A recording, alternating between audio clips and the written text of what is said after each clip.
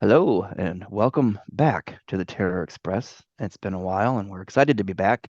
Excited to have Jimmy Pressley back with us. And tonight we are continuing our conversation on the Friday the 13th franchise, the Paramount installments. In this episode, we are talking about Friday the 13th, Part 4, the final chapter. Welcome back, Jimmy. We are going to get your feedback on Part 4 and what you loved about it and what you hated about it, and we'll get a little bit of feedback from me as to why Trish is not my favorite final girl. So, welcome back to the Terror Express Terror Talk, Jimmy. How are you? I'm good, man. It's good to be back. I've been looking forward to talking about the final chapter. But before we get into that, I do want to I want to make a statement here. I do like Kimberly Beck's portrayal as Trish. I think Trish is a very likable character, and I was totally on her side, and I'm not taking away from the character of Trish.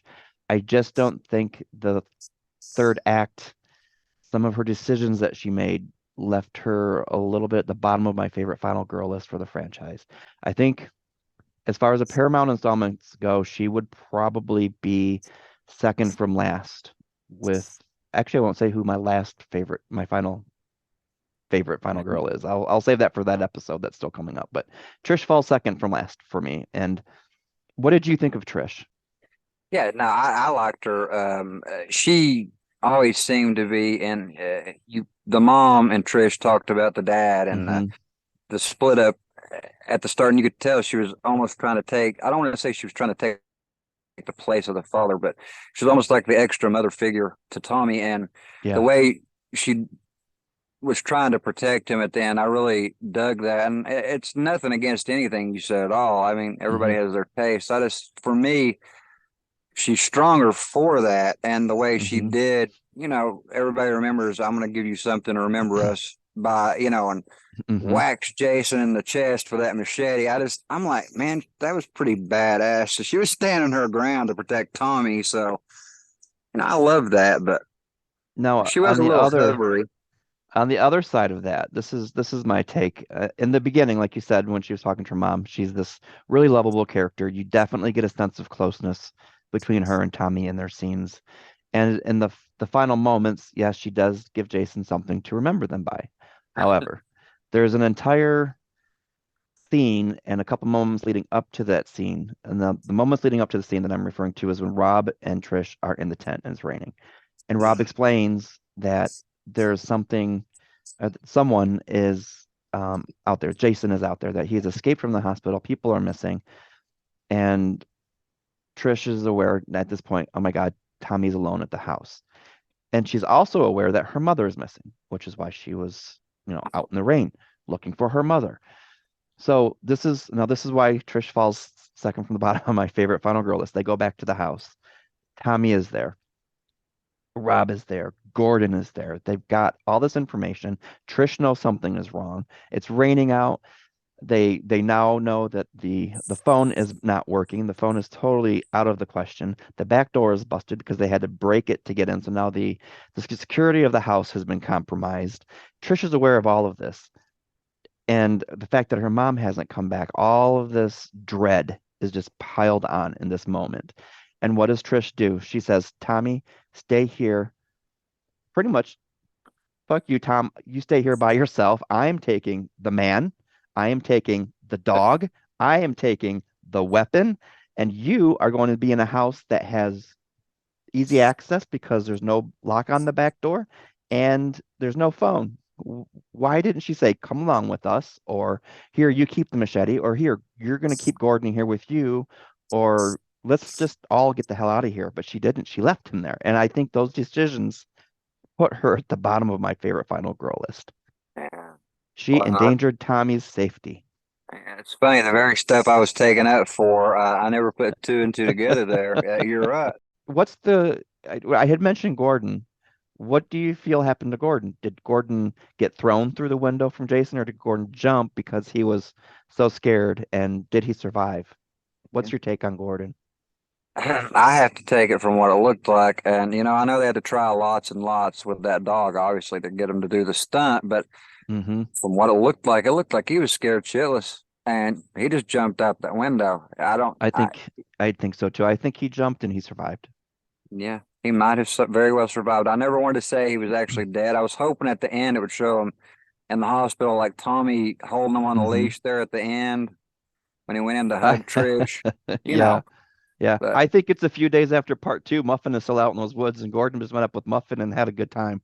yeah, that's it. We That's can have a muffin lab running around the Gordon. next movie. Gordon had a happy ending. I think he Let's may have been the only one. And this Um, this episode of the final chapter, we're getting ready to close up on this one, but I wanted to ask you a couple questions really quickly here. I'm going to do this at the end of every episode from here out for the rest of the Paramount installments. What was your favorite kill in the final chapter? yeah, it was. I think in one of our conversations I told you this. I don't know where he got it, but the spear gun to the guy's groin, Hmm. swimming back to the dock when he found Judy Aronson dead in the raft. I just thought, my God, that was like just horrific. And then he takes the time to pull the trigger after it's already stuck in him. Yeah, that's that Yeah, sucker shot up in there. Yeah, yeah. that was pretty fucked up. Oh yeah, yeah. That's probably Yes. it. So Paul's death is your favorite. Who's your least favorite? I hate to say this because I know there was a lot of work done in it, but when he Hmm. pulls which twin was it out the window, Terry. yeah, I mean that was a good death and it scared the living crap and it still makes me jump sometimes when he Hmm. grabs her, but I just thought that was kind of the weakest of, considering we're used Yeah. to the gore and the Yeah. brutality, and that was so yeah, that's probably it.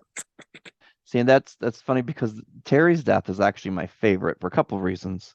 In part four, the jump scare. I remember the first time I watched it, I practiced it 12, 13 times before I could say, okay, I know when he's gonna break through the window because I could never remember that exact second. So the jump scare for me was really intense. But when I watched her land on the car and the windows exploded out and Yeah. she landed on the ground and it was all done in one take. So you know this was an actual person hitting a car. I mean, obviously it was rigged. It wasn't, real windows. I'm sure they had it set to explode at impact, candy glass or something. But I just Uh, remember watching that thinking, man, that's fucking brutal. How do they do that? But yeah. and this way her neck snaps back. And then when Trish opens the door and she's laying on the ground, you can see a big jagged piece of glass sticking out of her neck, which obviously didn't happen when she hit the car. Jason put that glass in her neck after the fact when he placed her in front of the door. Yeah. So that's just like he was pissed off or something that he didn't like Terry. I don't know. Yeah. She had just had sex with Jimbo, so that was definitely sealed her fate. Yeah. She got an extra piece there. Yeah. Wow. She did. But for as far as a least favorite death, I can't think of any in part four that I didn't like. I know there's a lot of controversy in Rob's death with he's killing me. Oh yeah. It's not my least favorite, but I actually liked it. And when you know the truth Yeah. behind the line, that one of the filmmakers had actually witnessed a death, and the victim in the alley who was being stabbed to death was literally crying out, "He's killing me! He's killing me!" So to see Oh that be put into a movie and give that real life victim that kind of immortality, it's yeah. terrifying when you think that that actually happened to someone and that was their final words in life was, "Oh my God, he's killing me." Well, But yeah, that's truly terrifying, man. Truly. yeah, yeah. But I would probably say Nurse Morgan would probably be my least favorite. I guess I don't know. It was brutal. It just as far as the deaths go, it looked like it was kind of simplistic Yeah. compared to the complexities of the others. I agree. I always forget about her death. I honestly do until that scene comes up. I'm like, oh yeah. I don't know why. It's it, it's it's a good jump scare though when she turns around and that hand with the big black nails grabs her by the face and slams her against the wall. It's a good jump scare. Thank you for listening to this episode of Terror Talk on the Terror Express with Jimmy Presley joining us for Friday the 13th, the final chapter. Stay tuned. We are going to be discussing Friday the 13th, A New Beginning, very soon. Thank you again for listening. This is Jason Bradford on the Terror Express.